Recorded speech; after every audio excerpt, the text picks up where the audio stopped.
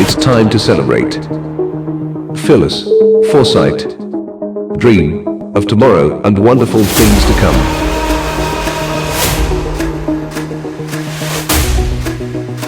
Talk to TBC.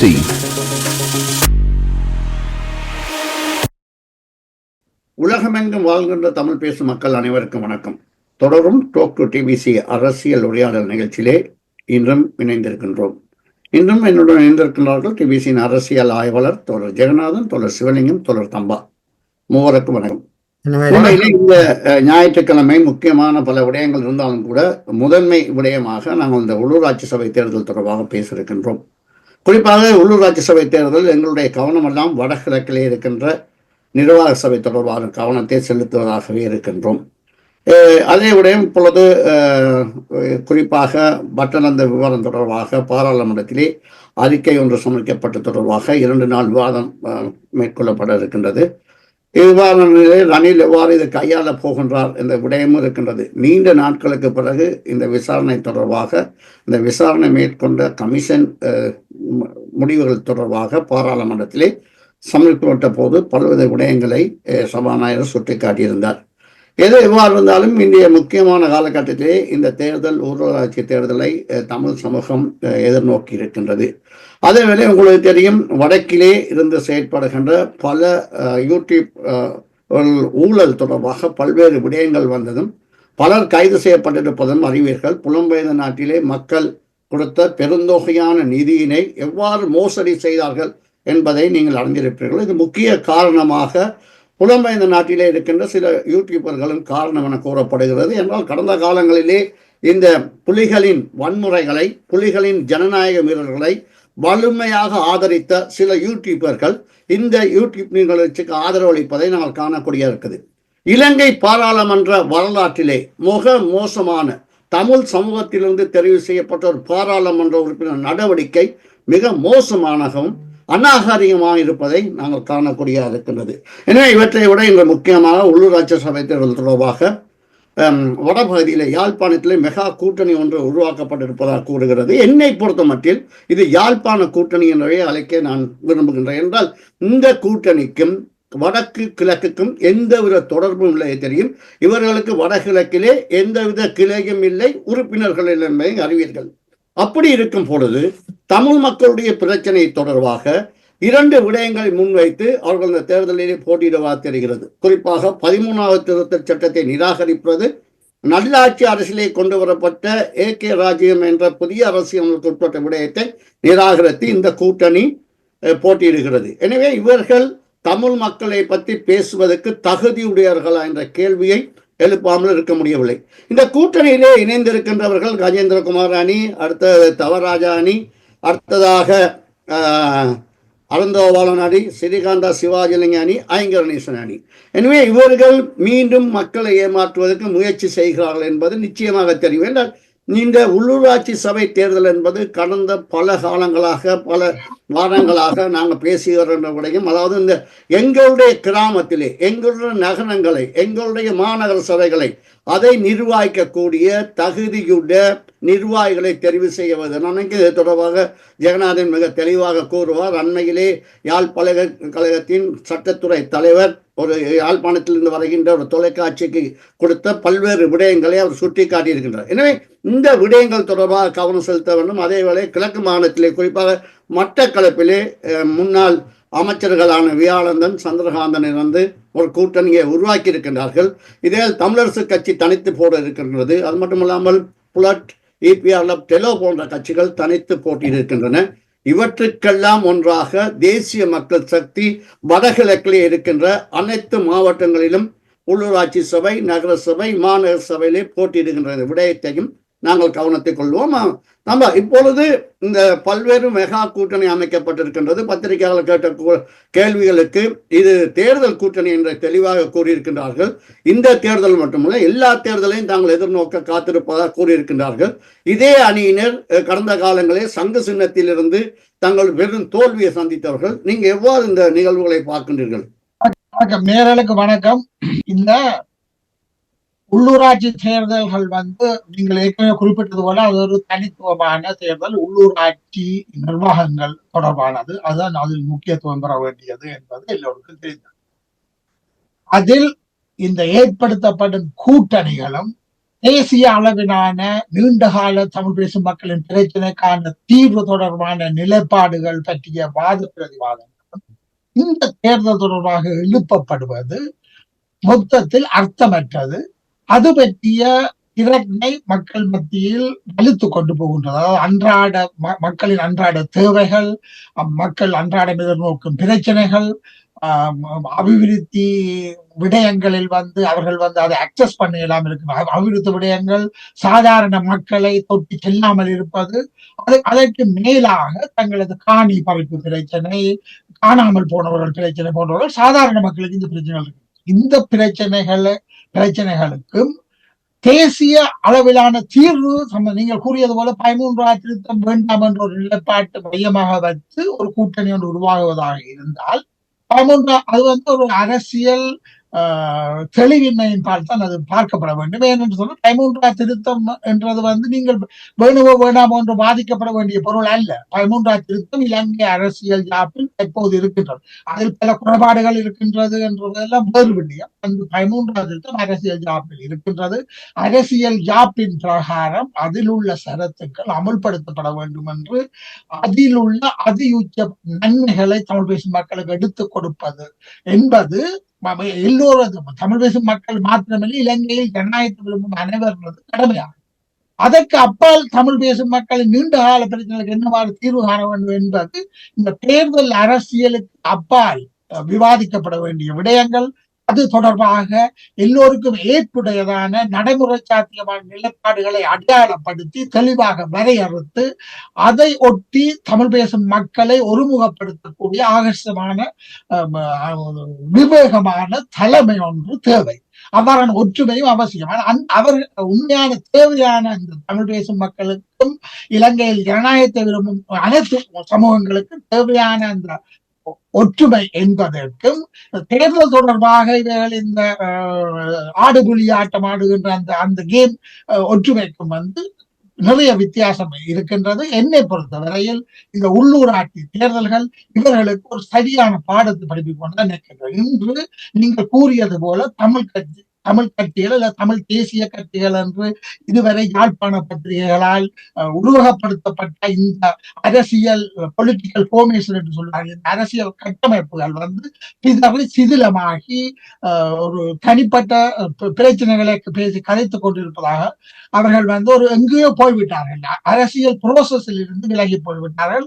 ஆகவே தேசிய மக்கள் சக்தியின் அரசியல் அதில் உள்ள குறைபாடுகள் என்ன, பொதுமக்களின் தேவைகளை பொறுத்தவரையில் அது எவ்வாறு அதை கையாளுகின்ற வினைத்திறனுடனும் விவேகத்துடன் கையாளுகின்றதா என்ற கேள்விகள் தான் இங்கு முன்னிலைப்படுத்தப்பட வேண்டி இதுக்கும் முன்னிலைப்படுத்தப்படும் என்றுதான் நான் எதிர்பார்க்கிறேன். ஆகவே இந்த 20ஆம் தேதி திங்கட்கிழமை வேட்புமனுக்கள் ஏற்றுக்கொள்ளப்படும். அதில் இருந்து 5 தொடக்கம் 7 கிழமைகள் வரை ஒரு அவகாசம் இருக்கின்றது. 7 கிழமைகளுக்குள், அதாவது மே மாதம் 8ஆம் தேதிக்கு முன்பாக உள்ளூராட்சி தேர்தல் நடத்தப்பட வேண்டும். தேர்தல் எப்படி நடத்தப்பட்டாலும் ஜூன் மாதம் 2ஆம் தேதி அனைத்து உள்ளூராட்சி சபைகளும் பதவிக்கு வந்துவிடும். இதை மனதில் கொண்டு இந்த உள்ளூராட்சி சபைகளில் இந்த 20ஆம் தேதிக்கு பின்னர் இந்த வேட்புமனுக்கள் ஏற்றுக்கொள்ளப்பட்டதன் பின்னர் வடக்கு கிழக்கில் மொத்தமாக 79 சபைகள் இருக்கின்றன. அதில் 1-2 சபைகளில் ஏதோ சட்ட பிரச்சனை காரணமாக தேர்தல்கள் உடன் நடக்காது என்று சொல்லப்படுகின்றது. மிகுதி அனைத்து சபைகளிலும் தேர்தல்கள் நடக்கின்றன. இதில் 1000 சொச்சமான உறுப்பினர்கள் தெரிவு செய்யப்பட இருக்கின்றார்கள். இவர்கள் தங்களது உள்ளூராட்சி சபைகளில் தேர்தலுக்கு முன்பதாக தாங்கள் ஒரு 10 அம்ச திட்டம் 20 அம்ச திட்டம், உதாரணமாக நாம் சென்ற முறையும் கதைத்தோம். யாழ் மாநகர சபையை பொறுத்தவரையில் மாநகர சபை கட்டிடத்தை பூர்த்தி செய்தல், வீதிகளை புனரமைத்தல், வடிகால் சீரமைப்பு செய்தல், இளைஞர்கள் ட்ரக்ஸ் துஷ்பிரயோகம் போன்ற விடயங்களில் இருந்து அவர்களை எவ்வாறு காப்பாற்றுவதற்கான சமூக நலத்திட்டங்களை இன்னும் குறிப்பாக செய்ய போகின்றோம் என்ற விடயம் தொடர்பாக இந்த வேட்பாளர்கள் தங்களது திட்டங்களை முன்வைத்து மக்களிடம் யார் போகின்றார்களோ அவர்களை ஆதரிக்க வேண்டும். அதுக்கு அடுத்த கட்டமாக இந்த உள்ளூராட்சி சபை என்பது ஜெயலலிதா அவர்கள் அதனது தாற்பயங்களை பற்றி கதைப்பார் நினைக்கின்றேன். உள்ளூராட்சி சபைகள் உள்ளடக்கத்தில் அது ஒரு எதிர்கால தலைமுறைக்கான அரசியல் பயிற்சி களமாக மாற்றி அமைக்கக்கூடியதாக, அதிலிருந்து 10% 20%மானவர்களாவது நமது அடுத்த தலைமுறைக்கு தலைமை வகிக்கக்கூடிய தகுதியானவர்களை அடையாளம் காணுவதற்குரிய சந்தர்ப்பமாக அதை பாவிக்க வேண்டும். அதை இந்த எதிர்வரும் வாரங்களில் இது பற்றி விரிவாக பேசுவோம். நீங்கள் தொடர்ந்து பேசுங்கள். உறவுகள் கேட்டுக்கொண்டிருப்பது டாக்டர் டிபிசி அரசியல் உரையாடல். சொல்லுங்கள். அதாவது இப்போ தம்பா கூறினார், இந்த உள்ளூராட்சி சபையிலே நிர்வகிக்கக்கூடிய திறமையானவர்களை தெரிவு செய்ய வேண்டும். ஆனால் இப்பொழுது இந்த கட்சி போட்டி அரசியலுக்குள் இதுக்கு சாதகமான முடிவை எதிர்பார்க்கலாம். ஆமாம், இதுல நீங்கள் குறிப்பிட்டது போல இந்த உள்ளூராட்சி சபை தேர்தல் கடந்த காலங்களை விட இம்முறை மிக வித்தியாசமான தேர்தலாக இருக்க போகிறது. இதற்கு நாங்கள் இந்த முறை, அதாவது எதிர்வரும் அடுத்த திங்கட்கிழமை முதல் அடுத்த 3 நாட்களுக்கு நியமன பத்திரங்கள் தாக்கல் செய்ய நிர்ணயிக்கப்பட்டிருக்கிற நிலையில் இந்த தேர்தல் எவ்வாறு மாற்றமடைய போகிறது என்பதை இப்பொழுது அவதானித்தால், ஒரு புறத்தில் தேசிய மக்கள் சக்தியும் மறுபுறத்தில் தமிழகத்தில் காணப்படுகின்ற பல்வேறு அரசியல் கூட்டணிகளும் போட்டிக்கு தயாராக இருப்பதை நாங்கள் காணலாம். இதில் நாங்கள் இதை இன்னும் சற்று வித்தியாசமாக நாங்கள் பார்க்கிறதாக இருந்தால், நீங்கள் ஏற்கனவே குறிப்பிட்டது போல தமிழ் மக்கள் தேசிய முன்னணி என்று சொல்லப்படுகின்ற காங்கிரஸ் கட்சி, ஜனநாயக தமிழர் கூட்டமைப்பு மற்றும் இந்த கட்சிகள் எல்லாவற்றையும் நாங்கள் அவதானிக்கும் போது 3 கூட்டணிகள் அமைஞ்சிருப்பதை நாங்கள் காணலாம். அதாவது நீங்கள் குறிப்பிட்டது போல தமிழ் மக்கள் தேசிய முன்னணி, ஜனநாயக தமிழர், அதாவது சட்டத்தரணி தவராஜா அவர்களுடைய தலைமையிலான ஜனநாயக தமிழரசு கட்சி, பசுமை இயக்கம், ஸ்ரீகாந்தா சிவாஜிலிங்கம் ஆகியோருடைய குழு, இவைகள் எல்லாம் சேர்ந்து ஒரு தரப்பாக இருக்கிறார்கள். மறுதரப்பில் ஈழ மக்கள் புரட்சிகர விடுதலை முன்னணி, அதாவது சுரேஷ் அவர்கள் தலைமையிலான முன்னணி, செல்வம் அடைக்கலான் தலைமையிலான ஜனநாயக தமிழர் தேசிய கூட்டமைப்பு, தமிழீழ விடுதலை இயக்கம், அது அந்த ஜனநாயக தேசிய முன்னணிக்குள் இருக்கிறது. இது ஒரு குழுவாக அவர்கள் இயங்குகிறார்கள். இன்னொரு குழுவாக தமிழரசு கட்சி இருக்கிறது. இருந்த போதிலும் இங்கு இன்னொன்றை நாங்கள் அவதானிக்கணும். இபிஆர்எல்எஃப், டிடிஎன்ஏ, புளோட் ஆகியன இப்பொழுது தனி குழுவாக கேட்டாலும் தேர்தலுக்கு பிறகு தமிழரசு கட்சியோடு அவர்கள் உடன்பாட்டுக்கு செல்வதற்கு வாய்ப்புகள் அதிகம் இருப்பதாகவே தெரிகிறது. எனவே இந்த கூட்டணியில் நாங்கள் தமிழரசு கட்சியையும் வைத்து பார்க்கலாம். இங்கு பிரதான எதிர்கட்சி எது என்றால் தேசிய மக்கள் சக்தி தான். இதில் ஏன் இந்த தேசிய மக்கள் சக்தி பிரதான எதிர்கட்சியாக நாங்கள் அடையாளப்படுத்துகிறோம் என்றால், தேசிய மக்கள் சக்தி தேசியம் சம்பந்தமாக எதையுமே பேசவில்லை. அவர்கள் அந்தந்த பிரதேசங்களின் அபிவிருத்தி தொடர்பாகத்தான் பேசுகிறார்கள். மற்றவர்கள் எல்லாருமே தமிழ் தேசியத்தை அடமானம் வச்சுத்தான் அரசியல் செய்கிறார்கள். தம்பா அவர்களின் நீங்களும் குறிப்பிட்டது போல உள்ளூராட்சி தேர்தல் என்பது அந்த பிரதேசங்களின் வளர்ச்சி குறித்த, அபிவிருத்தி குறித்த திட்டங்களை முன்வச்சு மக்களிடம் வாக்கு கேட்பதுதான் உண்மையான தேர்தலாக இருக்க முடியும். ஆனால் இப்பொழுது தமிழ் கட்சிகள் இந்த தேர்தலில் குதிக்கும் பொழுது அவர்கள் எல்லாருமே இந்த அபிவிருத்தி திட்டங்கள் தொடர்பான அறிக்கைகளை முன்வைக்காமல் தமிழ் தேசியம் குறித்தே அவர்கள் பேசுகிறார்கள். எனவே இப்பொழுது அவர்கள் முன்னிறுத்தி இருக்கிற அரசியலை பார்க்கும் பொழுது ஒரு புறத்தில் அபிவிருத்தி மட்டுமே பேசுகின்ற தேசிய மக்கள் சக்தியும், மறுபுறத்தில் தமிழ் குறுந்தேசியவாத முன்னிறுத்துகின்ற தமிழர் தரப்பாகத்தான் இருக்கிறது. எனவே இந்த தேர்தல் ஒரு மிக நிர்ணயமான தேர்தலாக இருக்கிறது. கடந்த காலங்களில் தமிழ் தேசியத்தை வற்புறுத்திய கட்சிகளுக்கு மத்தியில தான் போட்டிகள் இருந்தது. ஆனால் இந்த முறை தேசிய மக்கள் சக்தி உள்ளூராட்சி தேர்தலில் அரசியலை முன்வைக்கவே இல்லை. தமிழர் அதாவது தேசிய இன பிரச்சனை தொடர்பாக அவர்கள் எந்த விதமான தீர்வுகளையும் முன்வைக்காமல் அந்தந்த பிரதேசங்களின் அபிவிருத்திக்கு தொடர்பாக தங்களுடைய திட்டங்களை முன்வைத்து வாக்கெடுப்பு நடத்துகிறார்கள். எனவே நாங்கள் இதில் கவனிக்க வேண்டியது, ஒரு புறத்தில் அபிவிருத்தியும் மறுபுறத்தில் தேசியம் சம்பந்தமான ஒரு பிரச்சனையாகவே இந்த தேர்தல் அமைய போகிறது.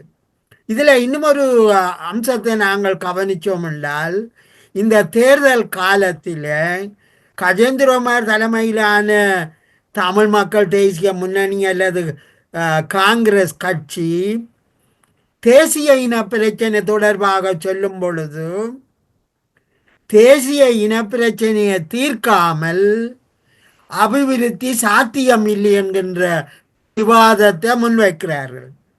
ஏனென்றால் அவர்களுக்கு தெரியும், அபிவிருத்தி தொடர்பாக தமிழ் மக்கள் மத்தியில் விவாதங்களை எடுத்து சென்றால் தமிழ் தேசியம் அடிபட்டு போகும் என்பது அவர்களுக்கு தெரிகிறது. அதன் காரணமாகத்தான் அவர்கள் தேசிய இன பிரச்சனையை தீர்க்காமல் அபிவிருத்தி சாத்தியம் இல்லை என்று கூறுகிறார்கள். அப்படி என்றால் தேசிய இன பிரச்சனையை தீர்ப்பதற்கு கடந்த 75 ஆண்டுகளாக முடியவில்லை. இன்னும் எவ்வளவு காலம் எடுக்குமோ உங்களுக்கு தெரியாது.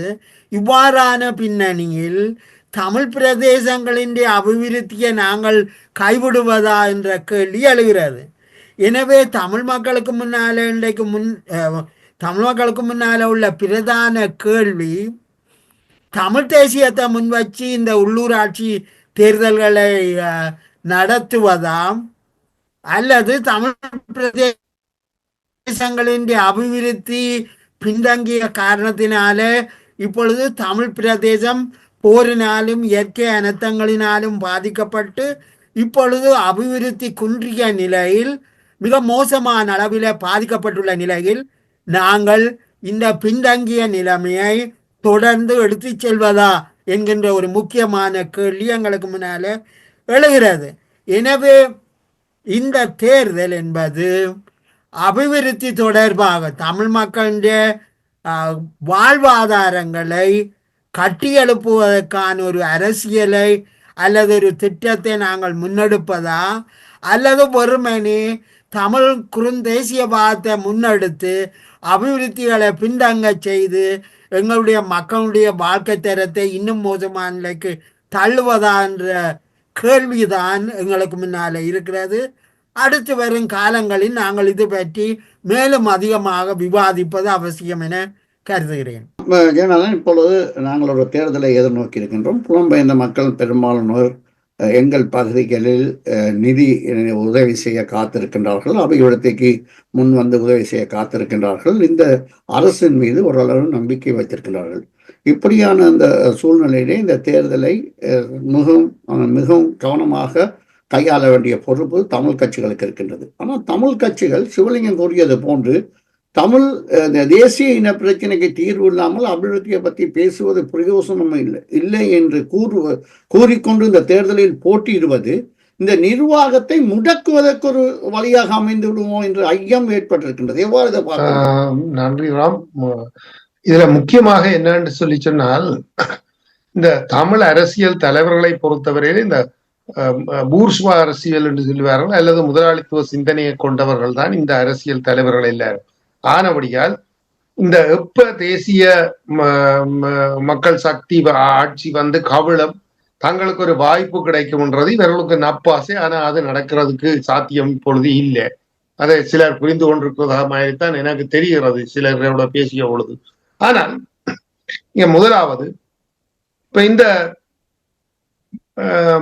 மனித உரிமை மீறல்கள் பற்றி இவ்வளவு காலமும் பேசப்பட்டது. நான் நீங்க கிட்ட கேள்விக்கு வர்றதுக்கு முதல் சில விஷயங்களை நான் கட்டாயம் சுட்டி காட்டவும். இந்த பட்டல வந்து அந்த எனக்கு சரியா அந்த பேர் சரியோன்று தெரியவில்லை. பட்டலந்த பிரச்சனையில வந்து ரணில் விக்ரமசிங்க அந்த காலத்துல கைத்தொழில் இளைஞர் விவகார அமைச்சராக இருந்த பொழுது இவ்வளவு கட்டிடங்களை அவர் வைத்திருந்து இதை வைத்துக்கொண்டு அவருடைய முக்கியமான பாதுகாப்பு அதிகாரியான, உங்களுக்கு தெரியும், மந்திரி என்று சொல்லி சொன்னால் அதுல சூப்பரண்ட் ஆஃப் போலீஸ், அதாவது அத்தியட்சகர் தரத்திலானவர் வந்து அவருக்கு பாதுகாப்பு அளிக்க வேண்டிய அளவுக்கு வந்து அவர்களுக்கு அந்த காலகட்டங்கள்ல பாதுகாப்பு அளிக்கப்பட்டது. இரண்டாவது ஜேவிபி பிரச்சனை, புலிகளின் பிரச்சனை என்ற காரணங்களாக. இப்பொழுது அது தொடர்ந்து இருக்குதா என்று எனக்கு தெரியாது. அந்த நிலையில அவருக்கு கூட அங்கே உள்ள கட்டிட தொகுதி ஒதுக்கப்பட்டிருக்கு. ஆகவே இவருக்கான காரியாலயம் அங்க ஒதுக்கப்பட்டிருக்கு. இவைகள் எல்லாத்தையும் வைத்துக்கொண்டு இந்த நடவடிக்கைகளை மேற்கொண்டதுன்ற ரீதியில வந்து இவருக்கு பாரிய பங்களிப்பு இருக்கின்றது என்று வந்து வெளிப்படையான விடயங்கள். இதுல வந்து ஒவ்வொரு தினமே இதுல சாட்சி இருக்கா சாட்சி இல்லையான்றதெல்லாம் கூறிக்கொண்டிருக்கலாம். ஆனால் இங்க எனக்கு கவலை அளிக்கிற விடயம் என்னன்னா, ஒரு சட்டத்தரணி, இந்த மனித உரிமை மீறல் சம்பந்தமான ஒரு சட்டத்தரணி, அவருடைய பேருடனே எனக்கு நினைவுக்கு வரவில்லை, நான் நினைவு வச்சிருந்தா இப்ப மறந்துட்டேன். அவரை சித்திரவதை செய்து ஆஸ்பத்திரியில அவருக்கு எந்த அளவுக்கு வந்து கொடூரமான சித்திரவதைகளுக்கு பிறகு அவர் கொல்லப்பட்டார் என்றதுகள் எல்லாம் செய்திகள் எல்லாம் இப்பொழுது வந்து கொண்டிருக்கின்றன. ஆகவே இவ்வளவு மோசமான ஒரு வன்முறையை செய்த ஒருவர் சம்பந்தமான விடயத்தை இந்த தமிழ் அரசியல் தரப்புகள் எப்படி பார்க்கின்றன?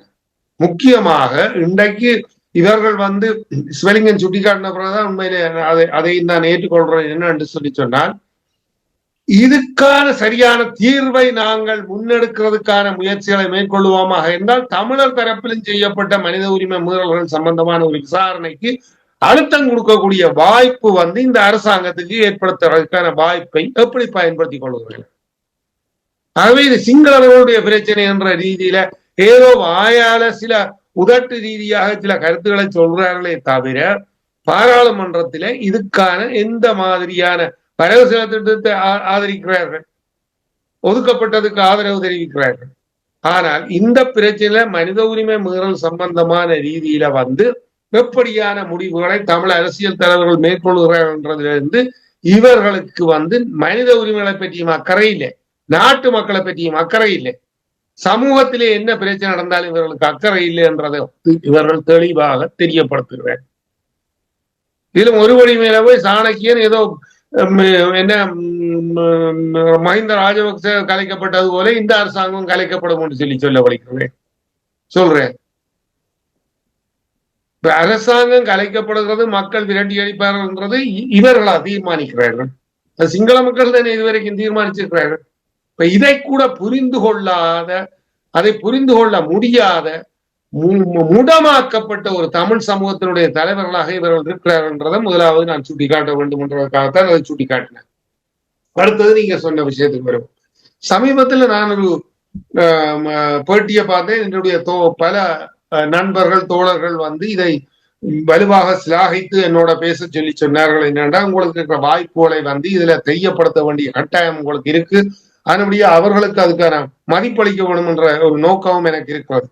என்னென்றால், சமீபத்துல இலங்கை யாழ் பல்கலைக்கழக சட்டத்துறை பொறுப்பான கோசலை மதன் அவர்கள் மிக தெளிவாக இந்த இலங்கையினுடைய அரசியல்ல வந்து எப்படி பாராளுமன்றம், மாகாண சபை, உள்ளூராட்சி மன்றங்கள் என்கிற நடைமுறைகளை பற்றி தெளிவுபடுத்தி, இதுல முக்கியமாக வந்து இன்றைக்கு நாங்கள் வந்து இதுல தேசியம், தமிழ் சுய நிர்ணயம் இதுகள் எல்லாம் பேசிக்கொண்டு நாங்கள் இல்லாவிட்டால் ஏதோ வழங்காவிட்டால் போராட்டம் படிக்கும் என்று சொல்லி எல்லாம் பேசிக்கொண்டிருக்கிறது வந்து அவர்களுக்கே தெரியும் இது ஒன்றும் நடக்காது. ஆகவே இவர்கள் மக்களை அல்லது மக்களுக்கு மத்தியில வந்து நடக்காத விஷயங்களை பேசிக்கொண்டிருக்கிறதே பிரயோசனம் இல்லை. இதனுடைய அர்த்தம் வந்து எப்படி மக்களை கோமாளிகள் ஆக்கி கொண்டிருக்கிறார்கள்ன்றதுகளை அல்லது இந்த இதை பேசிக்கொண்டு கவரை தண்டிக்கிறார்கள்ன்றதுகளை அவர் நாகரிகமான வார்த்தையில பேசியிருந்தா நாங்க நேரடியாக சொல்றோம்டா அதுதான். ஆகவே அவர் தெளிவாக சொல்லியிருந்தா, அதாவது அரசியல் என்ன மக்களுடைய அதிகாரங்கள் என்பது வந்து கீழிருந்து மேல் நோக்கி போகன்றதுக்கு பதிலாக வந்து இலங்கையில வந்து மேலிருந்து கீழ் நோக்கி அது திணிக்கப்படுகிறது. ஆகவே அதனை மாற்றுவதற்கான முயற்சியாக்காக இந்த உள்ளூராட்சி மன்ற தேர்தலில் போட்டியிடுகிறவர்களுக்கு வந்து இளைஞர்களுக்கு பெண்களுக்கு முக்கியத்துவம் கொடுக்கப்பட்டு அவர்களுக்கு மத்தியில முக்கியமாக இந்த உள்ளூராட்சி மன்றத்தின் மூலம் நீங்கள் இந்த மக்களுக்கு என்னத்தை செய்ய முடியும், இதற்கூடாக வந்து இந்த அதிகாரங்களை பெறுவதற்கான என்ன முயற்சிகளை செய்ய முடியும். ஏன்னா மாகாண சபையில வந்து உள்ளூராட்சி மன்றங்கள் வந்து மாகாண சபைக்கு கீழே தான் இருக்கிறது. ஆகவே மாகாண சபையில ஒரு நியதி சட்டங்களின் மூலம் இந்த உள்ளூராட்சி மன்றங்களுடைய அதிகாரத்தை உறுதிப்படுத்தக்கூடியதான செயற்பாடுகள் செய்யப்படவில்லை இவ்வளவு காலத்துக்கு. அதை சரியான முறையில செய்யறதுக்கான ஒரு சிந்தனை போக்கும் கூட இல்லாமல் இருந்ததுகளை கூட தெளிவாக சுட்டி காட்டியிருந்தது. அப்ப இந்த அளவில வந்து எந்த அரசியல் கட்சிகள் வந்து இந்த உள்ளூராட்சி மன்றங்கள் நீங்கள் என்னத்தை செய்ய முடியும், இதன் மூலம் மக்களுக்கு என்ன இந்த பிரச்சனைகளை அவர்களுடைய அடிப்படை பிரச்சனைகளை அல்லது அவர்களுடைய தேவைகளை எப்படி பூர்த்தி செய்ய முடியும், இதற்கூடாக அதிகாரங்களை பெற்றுக் கொள்ளுகிறதுக்கு இந்த உள்ளூராட்சி மன்றத்தின் மூலம் இந்த பிரச்சனைகளை தீர்ப்பதற்கான அதிகாரங்களை பெற்றுக் கொள்ளுகிறதுக்கான அறிவுறுத்தல்களை அல்லது வலியுறுத்தல்களை செய்கிறதுக்கான வாய்ப்புகளை எப்படி உருவாக்க முடியும் என்றதுகளுக்கான அறிவுறுத்தல்கள் இந்த அரசியல் தலைவர்களிடமிருந்து வெளிப்படுகிறதா. ஆகவே இங்க போலியான ரீதியில வந்து நடக்காத விஷயங்களை பேசிக்கொண்டு தமிழ் தேசியத்துக்காக ஒற்றுமைப்படுகிறோம் என்று சொல்லிக்கொண்டு ஒரு கூட்டுகளை ஏற்படுத்துகிறதுன்றது வந்து இந்த தமிழ் சமூகத்துக்கு இன்றைக்கு ஆரோக்கியமான ஒரு அரசியலாக இருக்குமா? ஆகவே நாங்கள் சிந்திக்க வேண்டிய விடயங்கள் பல இருக்கின்றன, சொல்ல வேண்டிய விடயங்கள் அதை சிந்திப்பார்களா என்றதை நாங்க பொறுத்திருந்தான் பார்க்கணும். இன்றைக்கு கூட்டுகள் எப்படி ஆகின்றன? தமிழ் தேசியத்துல உறுதியாக நிற்கிறார்கள் என்று சொல்லி ஒரு கூட்டு, சரியா? இன்றைக்கு தோல்வியடைந்த, நான் சென்ற வாரமே சொல்லியிருந்தேன், அந்த தோல்வியடைந்த சக்திகள் வந்து தங்களை எப்படியாவது நிலைநிறுத்துறதுக்கான, தங்களை பாதுகாத்துக் கொள்ளுகிறதுக்காக, தங்களுக்கு ஒரு அடையாளத்தை தேடுகிறதுக்காக கூட்டுகளை தேடிக்கொண்டிருக்கிற நிலைமைதான் இன்றைக்கு இந்த அரசியல்ல இருந்து கொண்டிருக்கிறது. ஆகவே நாங்கள் சொல்ல வேண்டிய விஷயம் என்ன என்று சொன்னால், மக்களுக்கான தேவைகளை நிறைவேற்றக்கூடிய ரீதியில இந்த உள்ளூராட்சி மன்றங்களை பிரயோசனப்படுத்தக்கூடிய ரீதியில இந்த இளைஞர்கள் யுவதிகளுக்கு இன்றைய காலகட்டத்திலே அதுக்கான கற்பித்தலை, அதனுடைய தேவைகளை, அதன் மூலம் நீங்கள் என்னத்தை சாதிக்க போகிறீர்கள் என்றதுகளை தெளிவுபடுத்தி அவர்களை எதிர்காலத்துல வந்து இந்த அரசியலை இணைத்துக் கொள்ளக்கூடிய ரீதியில அவர்களுக்கான வளர்ச்சியை உருவாக்கக்கூடிய ரீதியில எதிர்காலத்துல தமிழ் சமூகத்துக்கு பிரயோசனமான ரீதியில அவர்களை செயல்படுத்த வைக்கக்கூடிய ரீதியில இந்த செயல்பாடுகளை கொண்டு செல்லக்கூடிய ஒரு வாய்ப்பை வந்து சரியான முறையில பயன்படுத்துவார்களா என்றதான் எங்களுக்கு முன்னாலே இருக்கிற கேள்விக்குறி. ஆனால் இவர்கள் அதை சரியாக செய்கிறார்கள்ன்றதுல ஏமாற்றமே எங்களுக்கு மிஞ்சி நிற்கிறது. ஆனா இந்த ஏமாற்றம் எப்படி உருவாக போகிறது என்று சொல்லிச்சுன்னா, இவர்கள் தோல்வியை அடையும் பொழுது அதை மாற்றாக சிந்திக்க வேண்டிய சக்திகள் வந்து உருவாகக்கூடிய வாய்ப்புகள் உருவாகின்றன. அந்த நிலைமைகளை உருவாக்குகிறதுக்கு இவர்களே அதுக்கான ரீதியில வந்து தங்களுடைய செயல்பாட்டை செய்து கொண்டு போகிறார்கள் என்ற ரீதியில மீண்டும் மீண்டும் தமிழ் மக்களிடத்திலிருந்து இவர்கள் அந்நியப்படக்கூடிய நிலைமையிலும், அதே இதுல இன்றைக்கு ஜேவிபி செய்கிறதெல்லாம் சரி என்று சொல்லியோ அல்லது அது சம்பந்தமாக அடுத்த கட்டங்களில் நாங்கள் பேசலாம். ஆனால் இது யாருக்கு வாய்ப்பை இவர்கள் உருவாக்கி கொண்டு போகிறார்கள் என்றதுகளை இவர்கள் சிந்திக்க தவறுவார்கள் என்றால் மீண்டும் மீண்டும் தமிழ் மக்களை இந்த அரசியல்ல இருந்து அவருடைய உரிமை பிரச்சனையில இருந்த இனத்திலிருந்து அந்நியப்படுத்தி கொண்டு போற நிலைமையை உருவாக்குகிற பாரிய ஒரு ஒரு ஒரு ஒரு தமிழ் மக்களுக்கான தேவையை நிறைவேற்ற முடியாதவர்கள் என்ற ரீதியில வந்து அவப்பேரை சந்தித்துக் கொண்டு போக வேண்டிய ஒரு நிலைமையை தான் இந்த தமிழ் கட்சிகள் உருவாக்கி கொண்டு போகின்றனன்ற கேள்வியை எழுப்ப வேண்டிய ஒரு பொறுப்பு எங்களுக்கு இருக்கிறது. அதை நிறைவேற்றுவார்கள் என்று எதிர்பார்க்குவோம். தொடர்ந்து பேசுவோம். உறவுகளை உரைக்கின்றது டாக்டர் டிவிசியின் அரசியல் உரையாடல். உறவுகளே, எதிர்வரும் தேர்தல் முக்கியமான ஒரு தேர்தல். உங்கள் பகுதிகளிலே, உங்கள் கிராமங்களிலே நிர்வாகிக்கக்கூடிய புத்திஜீவிகளை, படித்தவர்களை, இளைஞர்களை, குறிப்பாக பெண்களை தெரிவு செய்ய வேண்டிய ஒரு கடமை. அதை நிறைவேற்றுவர்கள் என்று எதிர்பார்ப்போம். அடுத்த நிகழ்ச்சியிலே சந்திப்போம். நன்றி, வணக்கம். It's time to celebrate. Phyllis Forsyth Dream of tomorrow and wonderful things to come.